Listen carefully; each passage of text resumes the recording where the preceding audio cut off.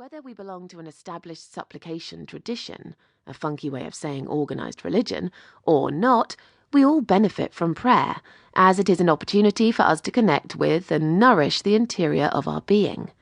Most of us are well versed enough in regard to health to know that whatever we eat has a direct knock-on effect on our weight, energy levels, and the success of our fitness levels or regimes.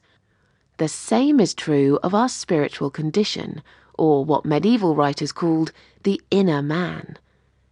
It is only when this is healthy and well fed that we can manifest a character or nature that reflects the best we can be.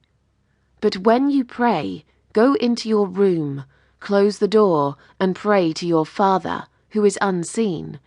Then your Father, who sees what is done in secret, will reward you. Matthew 6:6. In this verse from Matthew, which is part of a lengthier exposition on prayer, see Matthew 6:5-14 for the full picture, Jesus touches on the principle of the type of relationship that God wants from us in our prayer life.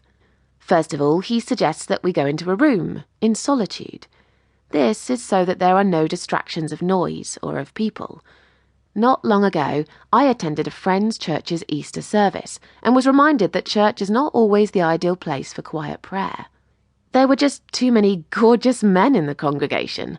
My eyes were wandering all over the place, and as a result, the quality of my prayers suffered.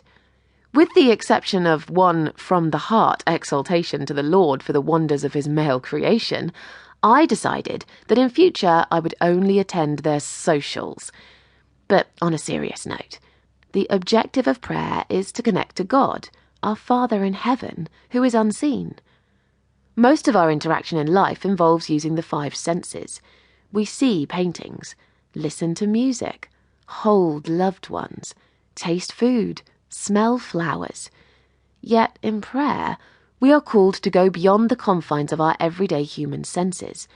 For this demanding task, it is important that the quiet place is found.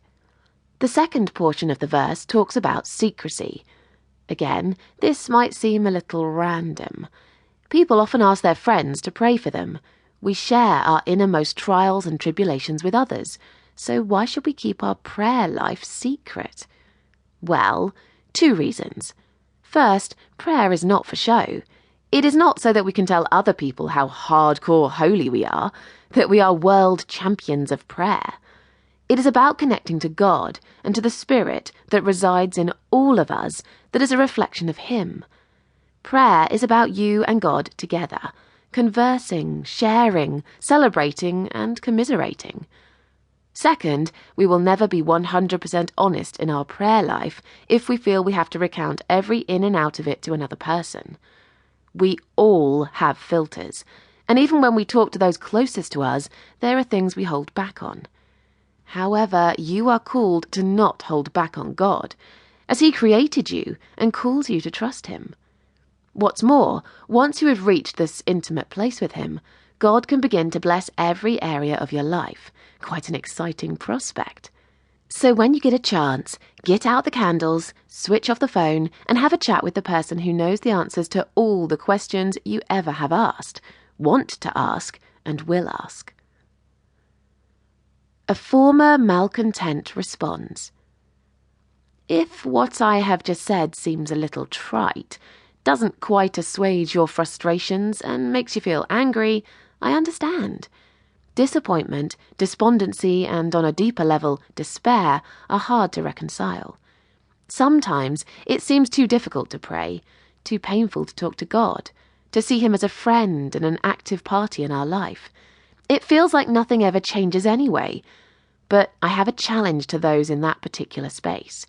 To get beyond it, we need to start by banishing from our hearts anything that blocks our souls from singing freely, from our thoughts limiting our achievements, from nagging fears blocking the abundant and beautiful harvest that lies within all of us.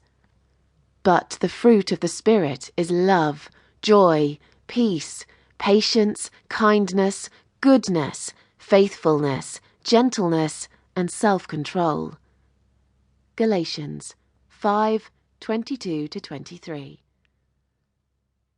The Spirit that dwells within us is